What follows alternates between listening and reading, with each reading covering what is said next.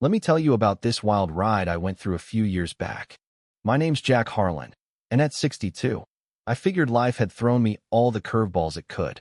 I'd lost my hearing in one ear from a factory mishap, taken early retirement from my gig as a water systems engineer, and buried my wife Eleanor 2 years prior after her battle with breast cancer.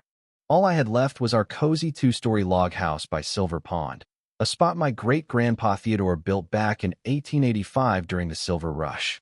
He was clever enough to lock down the water rights that kept the whole area alive, but more on that later.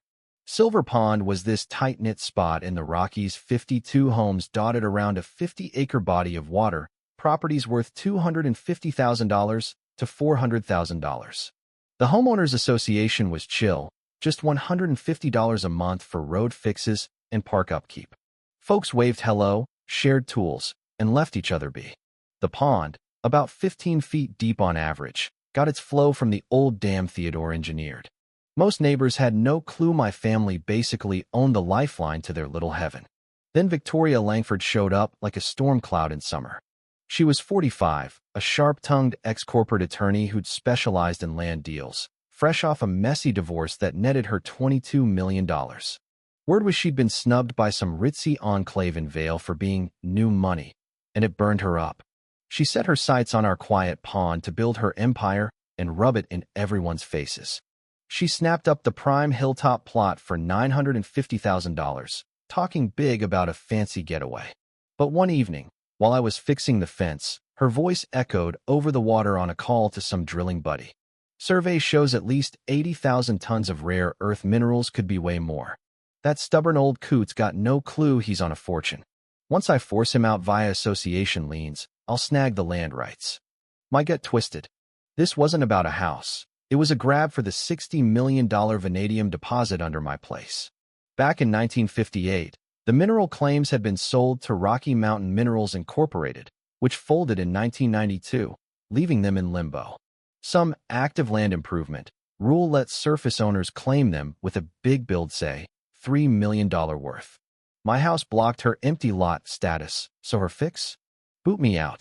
Rummaging through Theodore's ancient chest in the shed forced by her nitpicky storage rules, I hit gold. Faded papers from 1885 granting endless water control and dam ops to Theodore Harlan and kin. As an engineer, I got it quick he could legally empty the pond for safety reasons with just a state nod. Power like that. Game changer. Victoria tried sweet-talking first, knocking with pie and a grin that screamed shark. $450,000 cash for your quaint spot, Jack. Close fast. I shut her down. This is 5 generations of Harlan blood. Not for sale. Her eyes flashed ice. Change hits hard sometimes. Property shifts commingdent get left behind. In weeks, she charmed her way to association press, whining and dining folks with visions of turning Silver Pond into a posh rival to Telluride.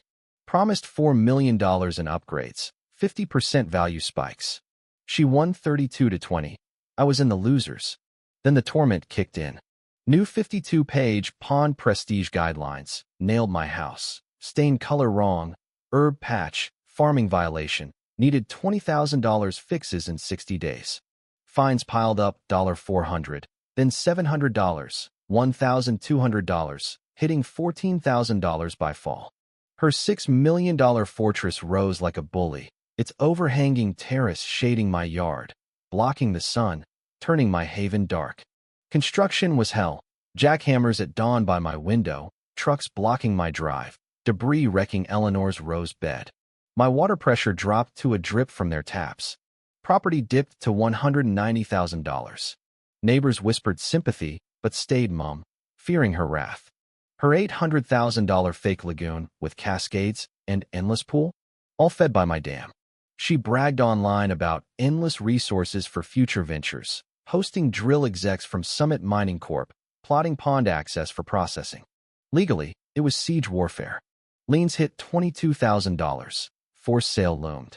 My lawyer, Susan Ellis, borrowed $9,000 from my savings, said, frivolous but airtight under her rules.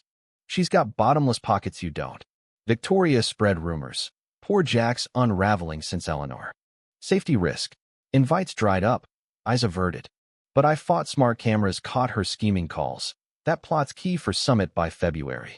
I tweaked her pumps subtly, leaking her pool, hinting I knew pipes better. Her palace finished like a throne over my ruins. Grand bash with 300 guests, choppers, orchestra. She offered $800,000 final. Know about the vanadium? Then take it or lose all. Next day, emergency boot. 18 days out, judge in her pocket. Cameras nabbed her toasting. To crushing hurdles for peak profits. I signed away, but prepped. Loosened dam stones, snapped leak, picks for cover. Evicted, I crashed in my truck at a rest stop 20 miles out. Bank at $1,400 after fees. Dropped 22 pounds, starving, sleepless. Broke at Eleanor's grave. Failed us, love. But wind whispered her words. Stand for right. Not easy. Snapped me back engineer mode. Stalked her routine. Bubbly on deck. Summit deals ceiling. Buddy Marcus Reyes confirmed. Mining needs 500,000 gallons daily. No water? Dead deal. Researched valves. Main dump 90,000 gallons/hour. Full drain 20 to 26 hours. My rights trumped all. Filed integrity check with state rubber stamped. Her interview boasted. Cleared outdated eyesores for green growth. Summit starts April. Arrogance sealed it. 4 a.m. legend time. At the dam with papers, I started slow, 30% open, 3 inches drop/hour. Watch from afar as dawn hit. Victoria sipped Joe by her pool, prepping Summit sign-off at 9. By 8, execs toured, pond low, dock dangling. Seasonal dip, she bluffed, sweat beating. 9:15 full blast, 130,000 gallons/hour. Her lagoon muddied mid-pitch, fountain spat sludge. Chaos, Jack. Sabotage. Arrest him. Calm. I flashed proof. Calls, surveys, plots. Stole my home. Aimed to gut the pond for cash. Here's your extraction dried out. She raged lawsuits. I quipped. With what? Your mud empire? Pond 80% gone. Exposing junk. Values tanked $50 million. Media swarmed. I played hero. Safety drained per rights. Sofia Martinez aired my dossier. Victoria's past scams displaced 112 families, $60 million hauled. Pond folk split. Half hailed me savior, half cursed losses. But vote ousted her 45-7. Apologies flowed with meals, cash. Probes buried her. AG, FBI on fraud, Rico whispers. License yanked, assets iced. Summit sued $5.1 million. Mansion foreclosed. Sold $1.4 million to Eco Foundation for a green hub her nightmare.